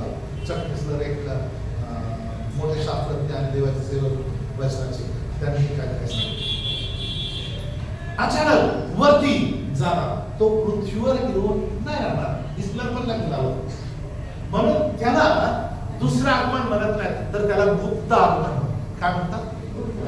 आणि त्या गुप्त आगमनामध्ये त्याच्यावर विधी करणाऱ्याने त्याच्यामध्ये जे निजलेले ते उठले जातील, बदलतील, आणि तिकडं किती वर्ष? फक्त 7 वर्ष. मला ना फक्त 7 वर्ष. किती सप्तम्या खाल्लेल्या आहेत, 7 ते 49. आम्हाला वाटतं फार very short time, 7 years very short, अशी जातात. 53वा वाढदिवस साजरा करत आहे. 53 वर्षापासून काय काय करत, 7 वर्ष कशात काय येणार. पण तो मध्य आकाशाच्या वेळेला येणार आणि लोकांना उचलून घेणार. आमचं रूपांतर ज्या वेळेला होणार आहे, ते उचलून घेणं जे ना, ते एखादं व्हॅक्यूम लावल्यावर काही गोष्टी कशा शोषल्या जातात तसं होणार आहे. आणि म्हणून त्याला ग्रीक भाषेमध्ये, हिब्री नाही, हरपाझो पासून. ग्रीक आणि हिब्री मराठीच्या फार जवळच्या, म्हणून मराठीवर प्रेम करा. हरपणं माहिती का तुम्हाला? आपल्यापासून काढून घेतो. एखादी व्यक्ती हरपली, हो हरपाझो, इतकं काढून घेणं, शोषून घेणं तुमच्यापासून. To take away, to seize, to be taken up. कुठं? अंतराळात. त्याला रॅप्चर म्हटलेलं आहे. आता पुष्कळ अभ्यासक सांगतात रॅप्चर शब्द बायबलमध्ये नाही, नवीनच काढलेला आहे वगैरे वगैरे वगैरे वगैरे. हे रॅप्चर कसं आहे, काय, कोणाचं आहे? येशू वधूला घेऊन जाण्यासाठी कसा येणार, कधी येणार, कुठे येणार, हे आम्हाला माहिती पाहिजे. आणि होणार काय म्हणजे रॅप्चरचा विषय. रॅप्चर माहिती पाहिजे काय, प्रभूचं येणं केव्हा, कसं, कुठं, उचललं जाणं समजून घेणं गरजेचं आहे. रॅप्चर हा शब्द बायबलमध्ये आहे का? तो कधी आला, कुठून आला, कुठे आणलं? रॅप्चर मध्ये कोण जाणार? आणि सगळ्यात महत्त्वाचा प्रश्न स्वतःसाठी, रॅप्चर मध्ये मी स्वतः जाणार का? महत्त्वाची गोष्ट. गणनाचं पुस्तक 1 अध्याय वचन 9 मध्ये परमेश्वर मोशेला काहीतरी म्हटलेलं आहे. वाचूया बरं आपण. गणना 10 अध्याय 1 वचन. परमेश्वर मोशेला म्हणाला, तू चांदीचे 2 करणे बनव, ते घडीव कामाचे असावे, मंडळीला बोलावण्यासाठी आणि तळ उठवण्यासाठी त्यांचा तू उपयोग करावा. परमेश्वर मोशेला म्हणाला 2 करणे, ओके, 3 नाही, 2 करणे. ते घडीव कामाचे असावेत, मंडळीला बोलावण्यासाठी. कशासाठी? करण्याचा उपयोग कसा होणार?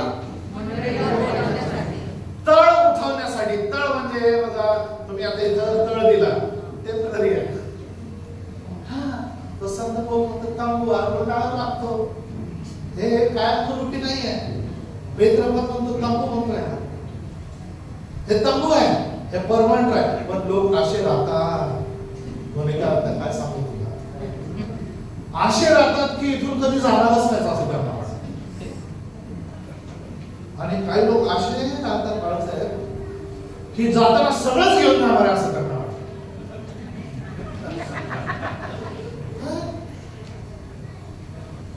तेव्हा परमेश्वर मोशेला म्हणाला, तू चांदीचे 2 करणे बनव, ते घडीव कामाचे असावे. ते करणे कशासाठी? मंडळीला बोलवण्यासाठी करण्याचा उपयोग. बायबलचं रायटिंग आहे. पुन्हा नवीन करार आणि जुनी करार. काय?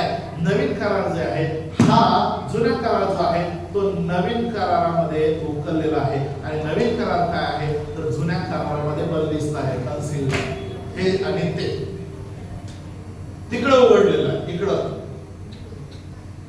म्हणून त्या गोष्टी प्रत्यक्षात इकडे आहेत आणि इकडे होणार आहे आम्ही नवीन कराराची मंडळी तळ उठवण्यासाठी त्यांचा तू उपयोग कर दोन करणे वाजले म्हणजे काय वाचा हे दोन करणे वाजवले हा म्हणजे सर्व मंडळीने हा. तुझ्या समोर दर्शन मंडपाच्या दाराजवळ जमावे. कुठे जायचं हा वेशीजवळ दर्शन मंडपाच्या दाराजवळ जमावे अर्थ समजून घ्या बर डायरेक्ट नववचन वाचलं तरी चालेल तुमच्या देशात हा महत्वाचा आहे तुमच्या देशात तुमच्यावर जुलूम करणाऱ्या हा, शत्रूशी तुमच्यावर जुलूम करणाऱ्या शत्रूशी ओके हा तुम्ही लढायला निघाल हम्म.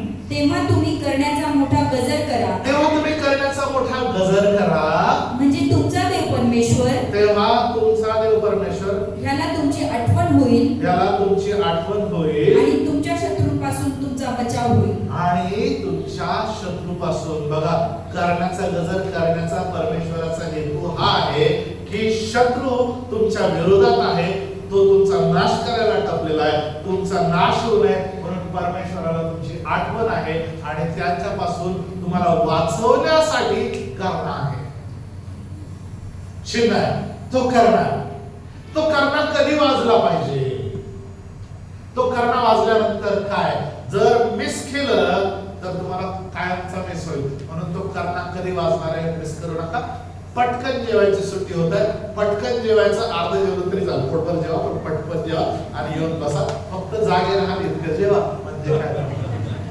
काय प्रॉब्लेम नाही तसं यथेच्छ जेवा परमेश्वराच्या